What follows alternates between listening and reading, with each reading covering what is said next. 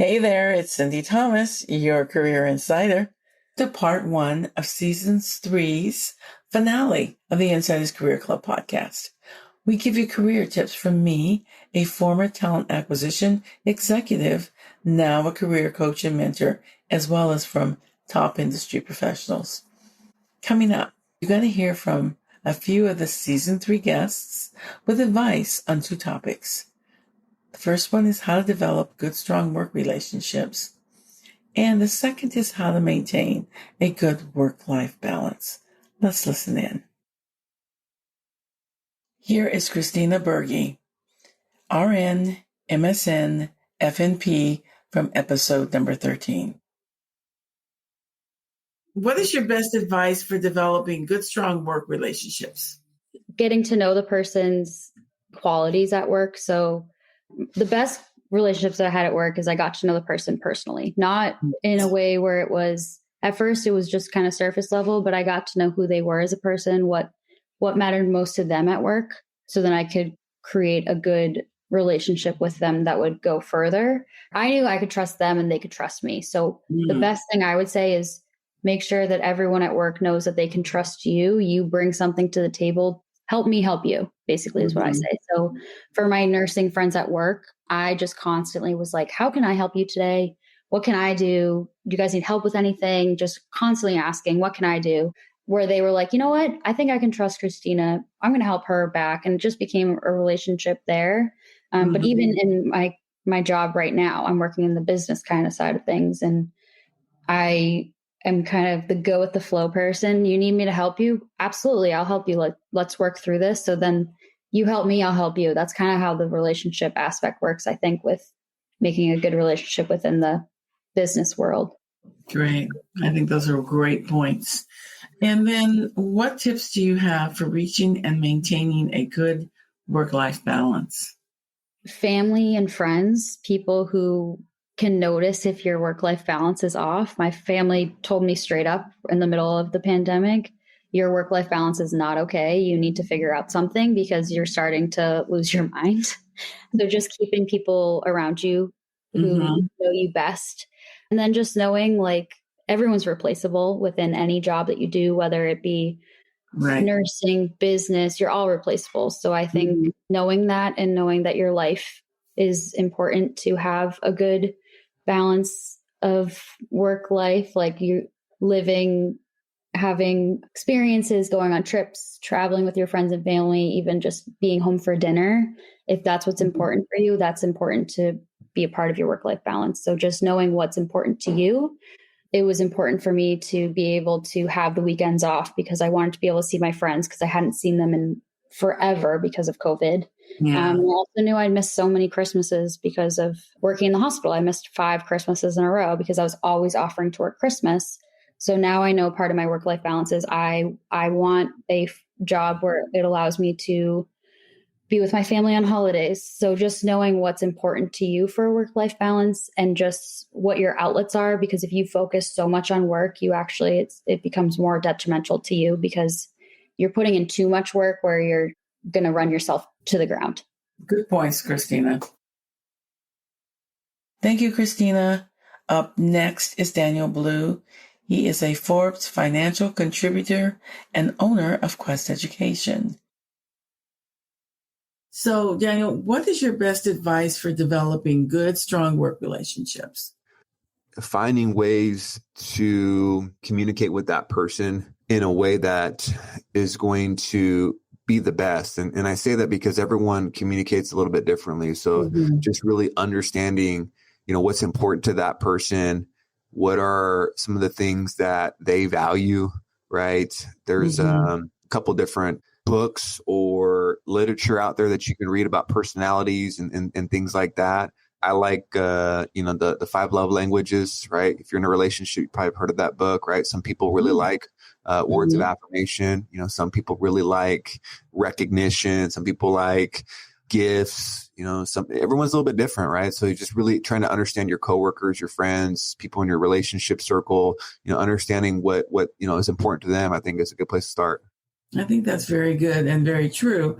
I'd also add to that to remember to treat others with respect Sometimes we are not as respectful as we could be. And I notice that a lot more in the culture that we're living in now. So to be respectful of your coworkers, not only in how you speak to them, but in how you approach them and just in the way that you deal with them all together. So I would add that as well. What tips do you have for maintaining a good work-life balance? You've got to be able to start with yourself. You can't pour from an empty cup, right? Every day you're pouring into other people. You're pouring into your daughter, your son, your wife, your husband, your partner, your employees, your coworkers. You're pouring into all these other people. But if you're not coming from a cup that's filled up yourself, you can't help other people. And I think that's why it's really important that you have a position to come from a place where your cup is filled. And, what are different ways to fill your cup? That's on you to figure out, right? What makes you fulfilled? What makes you happy? What makes you tick? For me, it's exercising. For me, it's, playing soccer. It's having some of these things on the side that allow me to find my zen, find my peace. So then that way, I can approach my personal life in the best way, my work life in the best way. Because I do think it's hard to balance things out. I'm not a really big believer of work-life balance, because if we think about it from just a mathematical perspective, right, we're sleeping 8 hours a day, 6 hours a day, whatever that is, right? And then when you factor in, the time that you're working, building your business, or being able to work your job and your commuting or whatnot, work takes a lot of it, right? So, for the person that, is semi-retired or retired or, has a lot of passive income, this probably doesn't apply to you. But if you're, like most people, I'm in that category. I spend a lot of my time building my business. I'm 33 years old. So I don't have a balance, right? I'm not spending the same amount of time at home with my daughter and wife as I am with my business. That's just not possible. So what I have to do is I have to make sure that when I am at home, when I am spending time with my family, that I'm present, that I'm making the most of it. Very true. It's the quality rather than the quantity, because you can be there all the time. But if you're watching television or you're out, doing whatever in the yard, in the house, and the child is not getting any attention, it doesn't mean the same thing. You're around, but you're not. Or you're on your cell phone or your computer. You want to be a writer, you want to do whatever it is. You want to cook, you take cooking classes, you exercise, whatever it is, you need to have that downtime that puts back into you. For me, it's meditating and praying and doing the other things that I like to do, in moderation, playing with my dog, those kinds of things really help fulfill me. Reading, there's a lot that you can do to fill yourself back up. But for me, there's a heavy spiritual component to it. I get my strength and energy from my spiritual side, from praying and praising the Lord and learning more about him. So that gives me what I need. It helps keep me balanced. Daniel, those are great insights on keeping life in balance. Next in queue is the versatile Rob Broadhead from episode 12. He is the founder of Developreneur and RB Consulting. What is your best advice for developing good, strong work relationships? Get to know your coworkers. A lot of people get into this sort of habit where you walk into like a meeting or your whatever your interaction with your coworkers is, it's always very transactional. Hey, I need to talk to you about A, B, and C. It's this work thing, or it's an email. It's like, hey, I need to respond to these bullet points. And you don't have to like go out for drinks with them and stuff like that. But you can, even in the workday and even in just general conversations, you can just, hey, how's it going? Talk about things like, hey, what do you do on the weekend? What are you doing this weekend? Hey, what's the most interesting thing that's happened to you in the last week? What's the most surprising thing that you've run into today? There are questions like that just get a conversation started. And it is amazing how that extra information and opening up and having those conversations will improve your relationships with your coworkers. Yeah, absolutely. I wholeheartedly agree. And then what tips do you have for maintaining a good work-life balance? Perspective. It really comes down to perspective. Is realize that you've got certain things you have to do, both with your family and with your work. And then there's a lot of things that we do that are extra. And I think there's times particularly where the worst times are when work and life sort of pull against each other. You've got a lot of both become very demanding. That's where I think you need to look at some of the things that you do and say, hey, maybe I don't need to do that. Maybe I can jettison some of these things. And really it comes down to simplify. Wherever you're at, be there. So you don't want to be in a situation where you're at work and you've got a lot of family stuff in your head, because then you're not going to do work effectively enough. And then that's going to cause that to drag on. And it's not really helping the family at that point. And then vice versa. You don't want to be, there's all kinds of stories of people that spend too much time thinking about work when they should be there with their family. Right. And so now you're not giving them the quality time. So it's, some people are better than others at being able to, I guess, either compartmentalize or shut things off. But that is, I think, is key, is if you're going to go to work and make sure that you've got enough boundaries around it so that when you can walk away from work, when you're not at work, however you define that you can then go focus on family and other things that you want to do, and vice versa. So if you've got family stuff, then you do that. And when you're done, you say, okay, I'm done. And now I'm going to go work for a while. And that is the best way to do it, is just to make sure that wherever you're at, you're present, because then you get the most out of that time. Right. And then it's just a matter of simplifying. It sounds easier, I guess, than it is, but it's a matter of sort of simplify things down. And sometimes it comes down to just do what you have to do to get by, particularly like at work. And you're not like sandbagging or anything. It's like, okay, these are the things that have to be done. These other things, they're going to be there tomorrow, so I can come back to work and I can work on them then. Yeah, it's learning how to prioritize. And I think too, especially for this world we live in now, it's learning how to disconnect, because we can always be on our computers. We can always be in email. We can always be texting. You carry a little computer with you everywhere you go.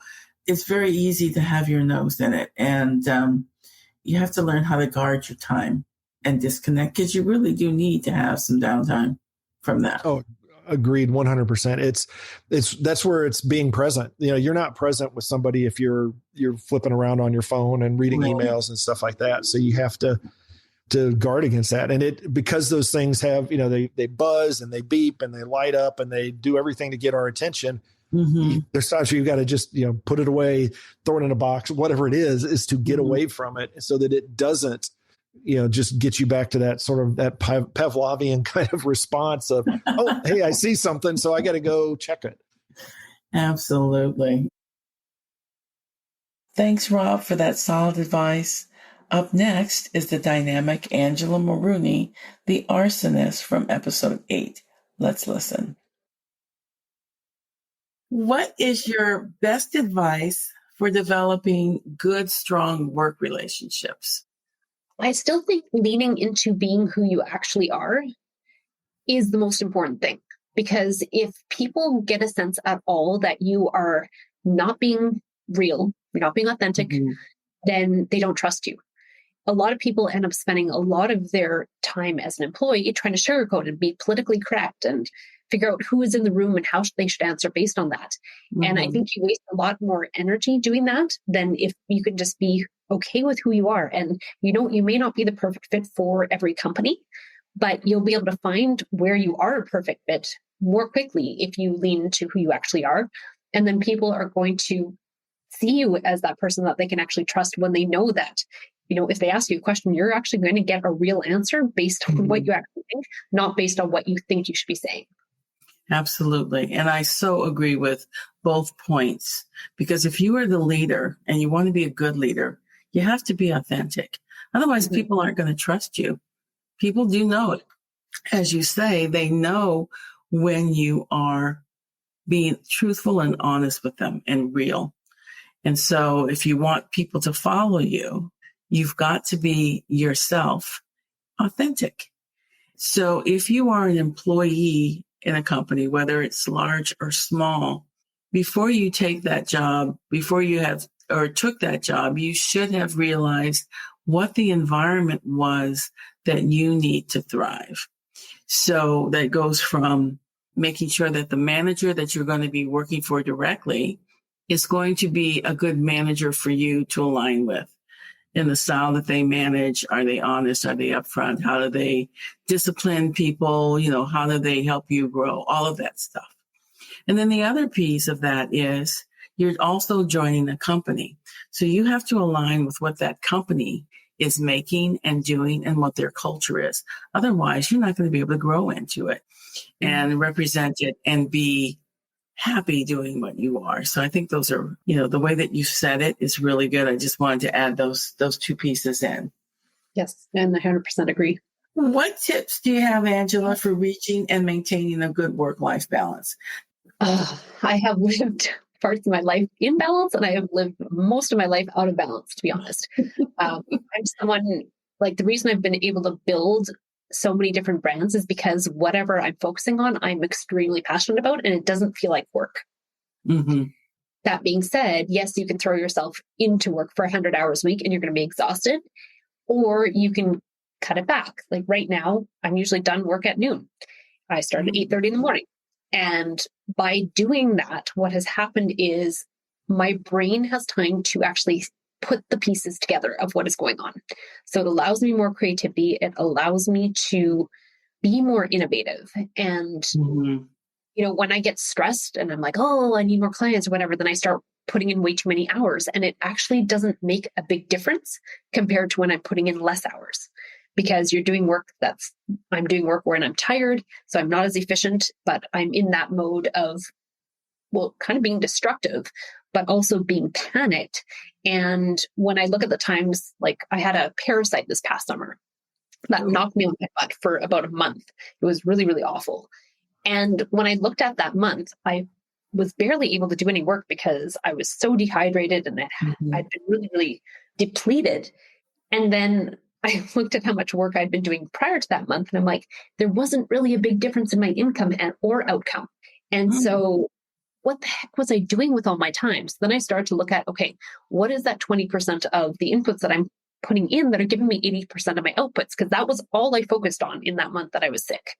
All the time, I'm always trying to scale back, and only do the things that are giving me the biggest wins.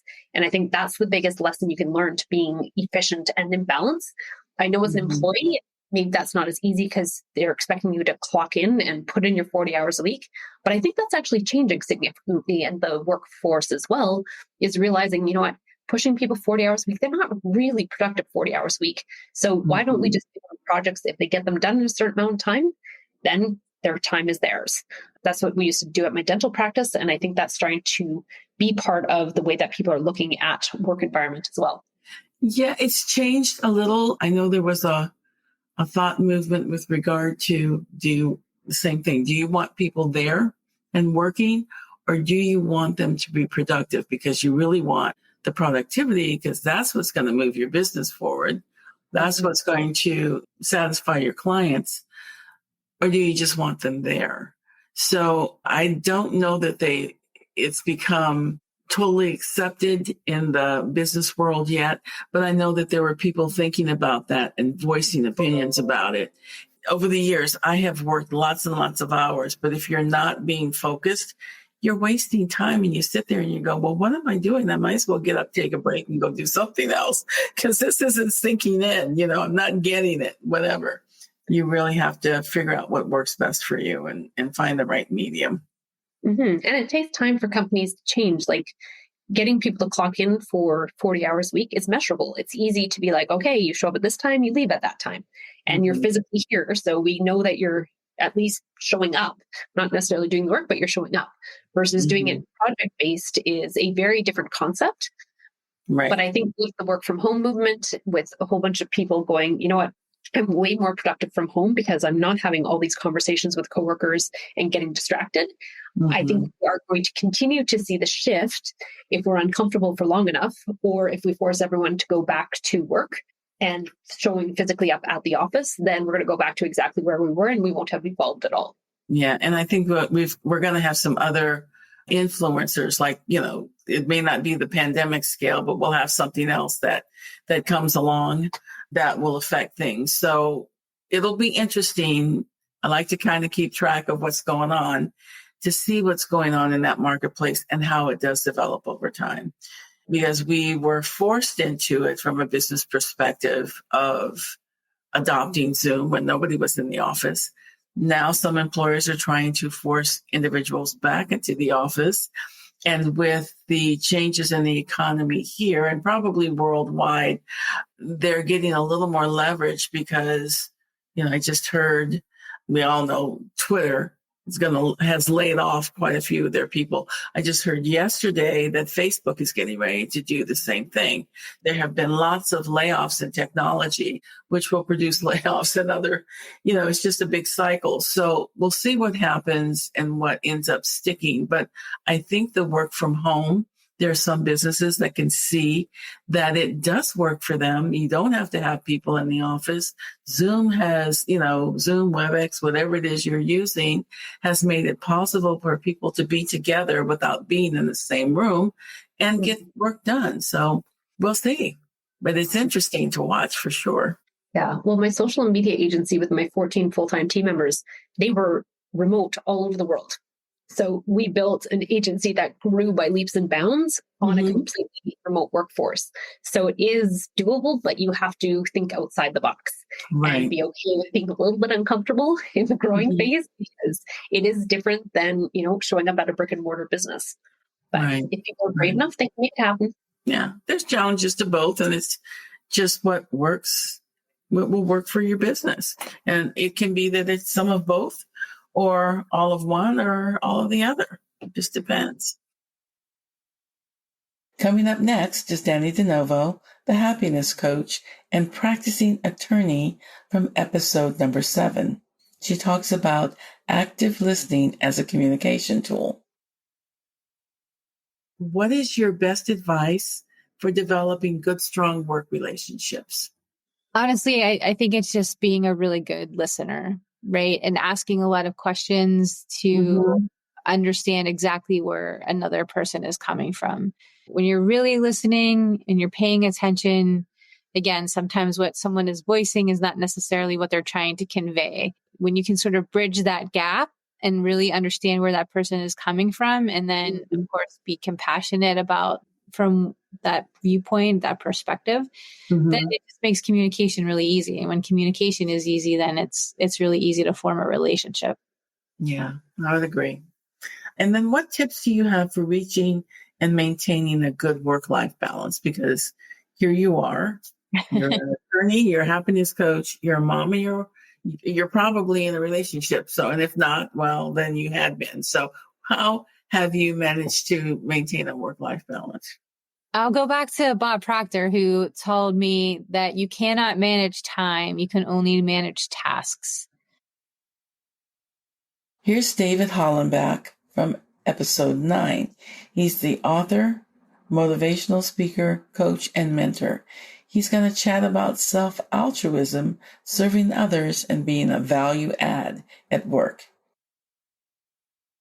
What's your best advice for developing good, strong work relationships?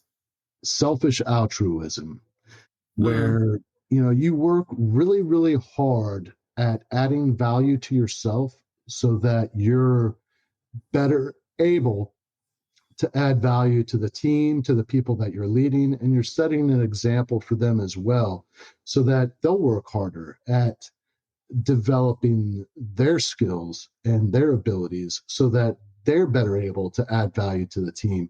And the team gets better and better, and you benefit as the leader of that team, or even just a member of that team. You're going to benefit from that immensely just by working really hard at adding value to those people and doing it in a genuine way.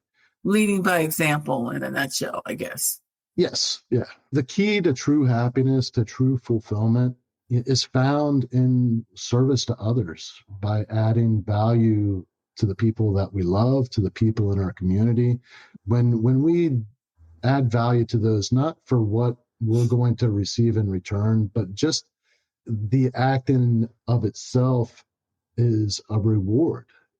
being able to see someone else succeed because we were there to help. And I don't know about you, but for me, that's been the biggest blessing, is being able to help other people. Mm-hmm. And it's true for me too.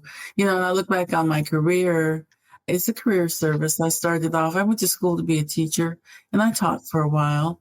And then I transitioned into business. But when I found my right place in business, it was in talent acquisition.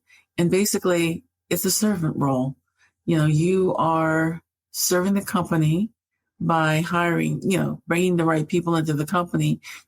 And then you're serving the individual that you're trying to bring into the company. So you have a lot of masters there you're working to please, but it's all service. In my development of myself, I've listened to a lot of spiritual leaders. One of my favorite, his name is Wayne Dyer. I can remember listening to a tape that he was, I used to listen to him riding around in my car when you had tapes in your car. And, he said, a lot of people are looking for the purpose of life. And he says, the purpose of life is simple. It's to serve. And no matter what you're doing, you're serving. So if you have that attitude and you look at it that way, you can be happy about what you do as long as you're doing a good job at it. Absolutely. All right, let's move on to this next question here. What tips do you have for reaching and maintaining a good work-life balance? Because that's a hard one. I know it's hard for women, but it can be hard for anyone that has multiple demands on their time. I struggled with that when I was full-time fire department. There were times that I was more focused on my career than on my family. And the key is to get really clear on what is important to you. And if you're finding you're investing more time in your job, in your career, than you are in what is truly valuable to you, like your family, if you're giving more to the job than you are to your family, and your time in the office or on the job is not, return on investment isn't there, where you're able to give even more to your family, it's out of balance, and it needs to be addressed. But it's different for everybody. Not everybody is married and has kids. Right. But you have to be able to take the time to take care of your mental health. There's some people that just bury themselves in the job, and that's a symptom of PTSD.